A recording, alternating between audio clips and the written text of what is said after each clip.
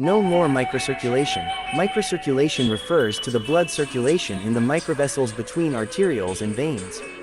The large blood vessels in the human body are like big rivers, the small blood vessels are like tributaries, and the capillaries are like crisscrossing irrigation channels.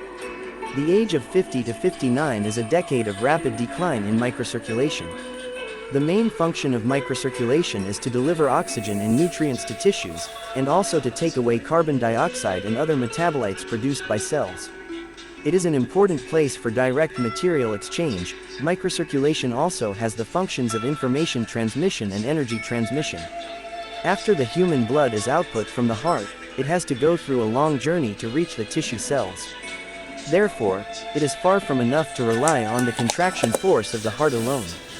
It must also rely on the autonomous activity of the microvessels themselves to perfuse blood into the cells. At the same time, because the autonomous movement of the microvessels is not synchronized with the heartbeat, it has its own rules, driving the blood flow in the microvessels, and playing a second role in regulating blood supply.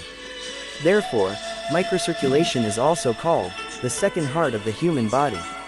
Physiological characteristics of microcirculation. 1. The diameter of the tube is very thin, only 1/20th of the diameter of a hair. 2. The blood vessels are very long. The microvessels of an adult are connected together for about 96,000 kilometers, which can circle the Earth's equator for 2.5 times. 3. The blood flow is very slow. Due to the low pressure, the blood flow is slow by 0.4-1 mm per second. 4. The tube wall is very thin, with only one layer of endothelial cells and the basement membrane outside, which is about 1% of the thickness of a white paper. 5. There are a large number of them, with about 10 billion in the whole body. Almost every disease you have is related to microcirculation. Microcirculation disorders are the source of all diseases. Once the microcirculation is obstructed, the water or tangible substances in the microblood flow will seep out and edema will occur. The sensory endings around the microcirculation will be affected and feel local soreness, numbness, and coldness. The local tissue will not get fresh blood supply, will be hypoxic, lack nutrients and be in a pathological state. The local area will also stimulate the extremities to feel pain because the metabolic products cannot be removed.